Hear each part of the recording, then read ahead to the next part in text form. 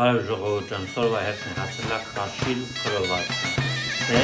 նացին կեսասն ու նզին հապետը խաշիլ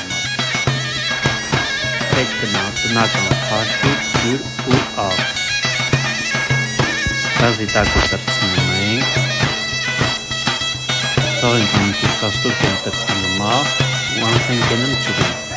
ջուրը ես մի բաժակ եմ լսնում, բայց իրան պետքում է էքի բաժակ ջուր վեր ենք ունում աղը, լցնում կաստուկի մեջը ու անցկենում մեր խաշիլի լցնում ենք ու սկսում ենք խռնշտորել, ենքան խառնում ենք, որպեսզի գնդեր չհվակվի ու դառնա համասեր զանգված